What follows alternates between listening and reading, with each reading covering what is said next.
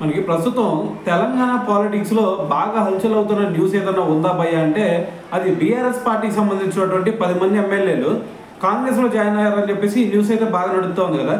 అయితే ఇప్పుడు దీంట్లో భాగంగా మరి కడియం శ్రీహరి గారు అయితే మాట్లాడడం జరిగింది.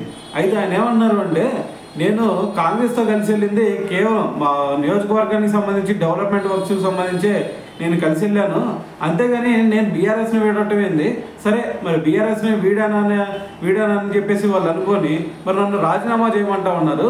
ఒకసారి కేసీఆర్ గారు ఆలోచించుకోవాలా. అంతకుముందు 10 సంవత్సరాల్లో ఆయన మొత్తం కూడా 36 మంది ఎమ్మెల్యేలని బీఆర్ఎస్లో జాయిన్ చేయించుకున్నారు.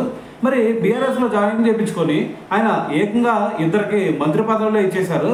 మరి అది ఇచ్చే ముందు ఆయన ఒక విషయం ఆలోచించారా? మరి మమ్మల్ని ఏమో రాజీనామా చేయమన్నారు.